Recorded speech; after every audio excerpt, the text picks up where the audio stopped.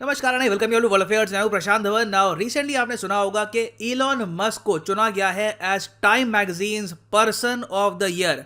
अब इस डिसीजन को लेकर काफी आलोचना हुई है, टाइम मैगजीन की काफी आलोचना हो रही है कि इलॉन मस्क को क्यों बनाया आपने पर्सन ऑफ द ईयर। और कई नेता तो यूएसए में ये भी कह रहे हैं, जो बाइडेन की पार्टी के नेता, कि ये वर्स्ट चॉइस एवर है। नाउ यहाँ पर आप देख पाओगे ये टाइम मैगजीन की ट्वीट है कि इलॉन मस्क हैं इनके person of the year. Elon Musk ने इनको थैंक यू भी कहा और उसके बाद से ये जो आलोचना स्टार्ट हो गई है।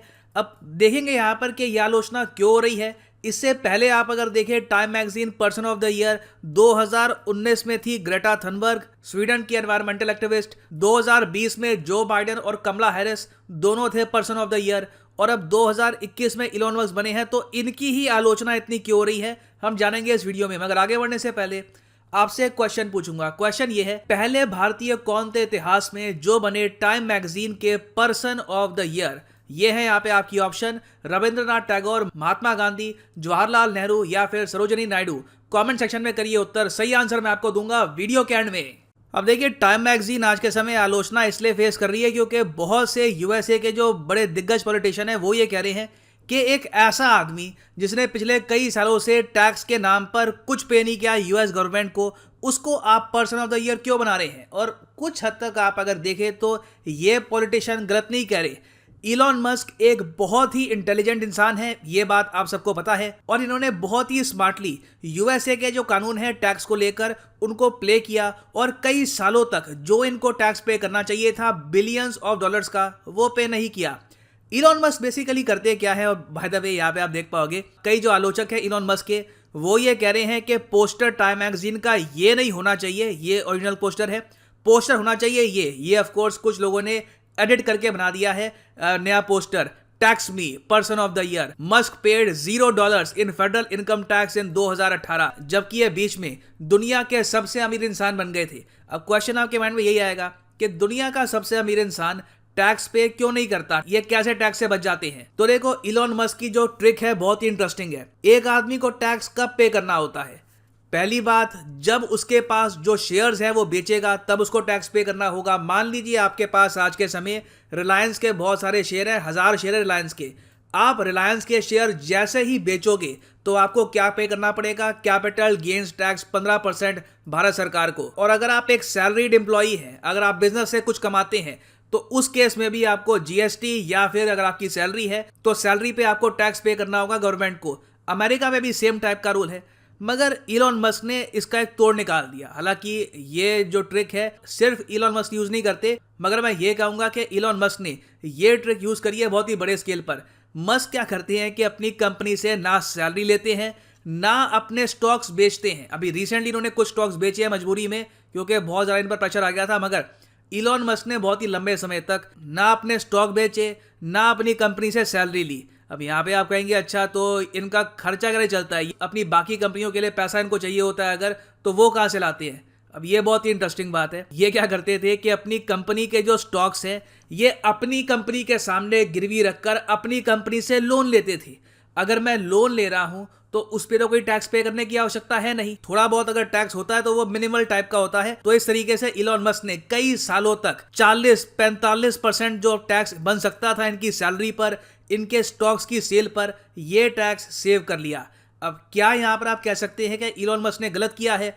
देखिए, इन्होंने कुछ इलीगल नहीं किया, मैं ये कहूंगा। बाकी ये बात जरूर है कि जब इन्होंने इतना सारा पैसा कमा लिया तो कुछ ना कुछ इनको अपनी सरकार को पे करना चाहिए था। पेंडेमिक का टाइम चल रहा है, अमेरिका भी रिकवर करने की कोशिश कर रहा है, तो इन्होंने जो टैक्स सेव किया इस तरीके से मैं कहूंगा एक खराब एग्जाम्पल सेट करता है। इसलिए अब जाके इन्होंने कुछ अपने स्टॉक्स बेचने स्टार्ट किए हैं। पब्लिक प्रेशर भी है इसके पीछे, कई नेताओं का प्रेशर भी है कि ये आदमी बस अपने टेस्ला के शेयर लेके बैठा हुआ है, उन्हीं स्टॉक्स को गिरवी रखता है, लोन उठाता रहता है और पूरा जो अमेरिकन गवर्नमेंट का टैक्स स्ट्रक्चर है उससे खुद को सेफ रख रहा है। और अभी के लिए तो देखो, इलॉन मस्क की जो ट्रिक है इसको लेकर इतनी फ्रस्ट्रेशन है यूएस गवर्नमेंट में कि डेमोक्रेट पार्टी ने यह भी कह दिया कि हम लेकर आएंगे टैक्स बिलियनियर बिल। कि अगर एक इंसान बिलियनियर है, अमेरिका में रफली 700-800 बिलियनियर है टोटल, बहुत ही रेयर स्पीसीज होती है, आपको पता होगा बिलियनियर। एक आदमी की वैल्यू जब 7,500 करोड़ से भी ऊपर की होती है तो उसको आप कह सकते हो कि वो है एक बिलियनियर।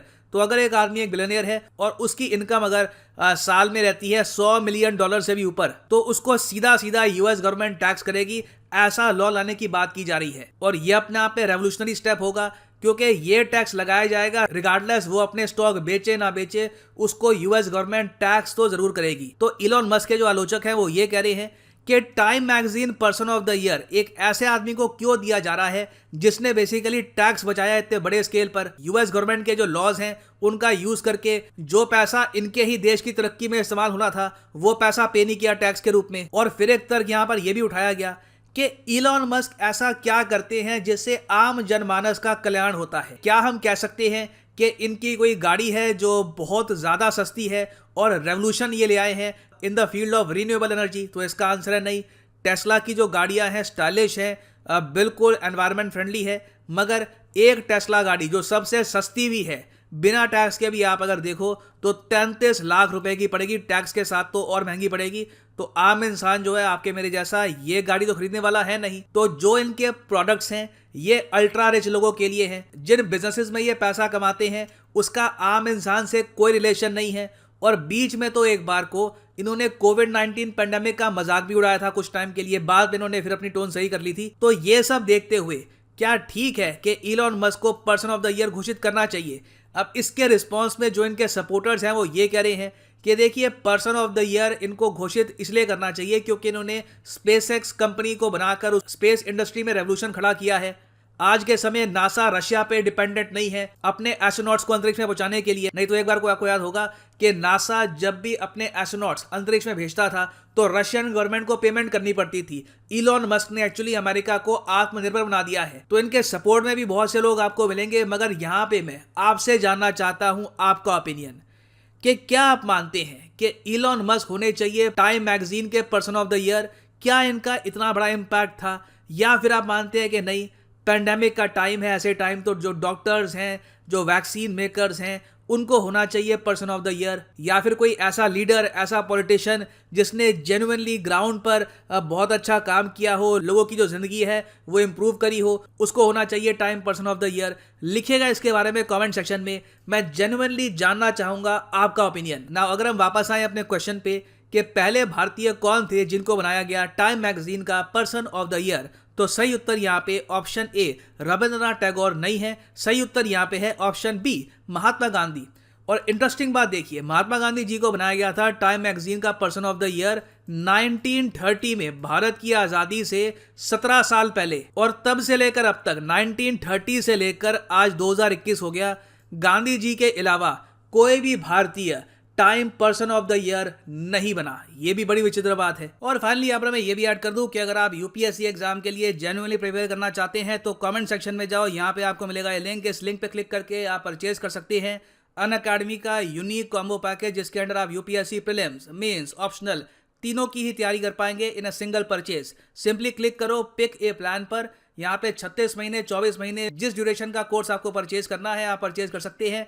अगर आप एक कॉलेज स्टूडेंट हैं, आपके पास टाइम है 2-3 साल का कि आराम से 2023-24 में प्रिपेयर करना है फॉर यूपीएससी एग्जामिनेशन, तो आप परचेज कर सकते हैं 24 या 26 मंथ का कोर्स। मगर जो प्राइसेस यहाँ पर लिखे हैं पे करने की आवश्यकता नहीं है। सिंपली यहाँ पे कोड यूज करो PD10 and prices will fall. So use the code PD10 and save money. So इसी नोट के साथ ये है वीडियो का अंत। Thank you for listening and as always God bless you all.